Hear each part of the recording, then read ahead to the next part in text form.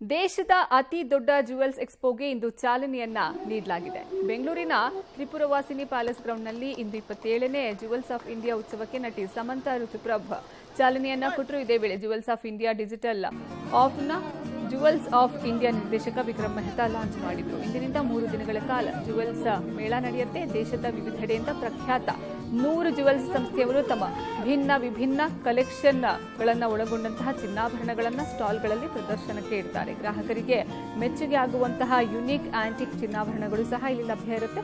ರಿಯಾಯಿತಿ ದರದಲ್ಲಿ ಚಿನ್ನಾಭರಣವನ್ನು ಖರೀದಿ ಮಾಡಬಹುದು. ಅಲ್ಲದೆ ಎಕ್ಸ್ಪೋದಲ್ಲಿ ಡೈಮಂಡ್ ನೆಕ್ಲೆಸ್ ಗೆಲ್ಲುವ ಅವಕಾಶ ಸಹ ಯಾರು ಸಹ ಮಿಸ್ ಮಾಡಿಕೊಳ್ಳಬೇಡಿ ಅಂತ ವಿಕ್ರಮ್ ಮೆಹ್ತಾ ಮನವಿಯನ್ನ ಮಾಡಿದ್ದಾರೆ.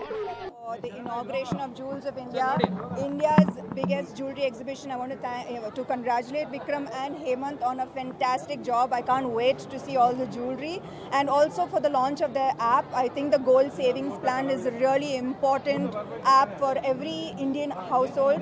As we know, gold always appreciates in value, and every time our mother says invest in gold, it actually turned out to be the greatest piece of advice.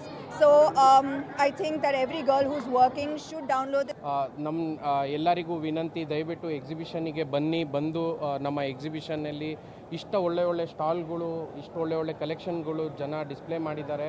ಅದನ್ನು experience ಮಾಡಿ ನಿಮ್ಮ ಜ್ಯುವೆಲ್ರಿ ಬೈಯಿಂಗ್ ಬರೋ festival ಸೀಸನ್ಗೆ ಇಲ್ಲಿಂದ ಶುರು ಮಾಡಿ.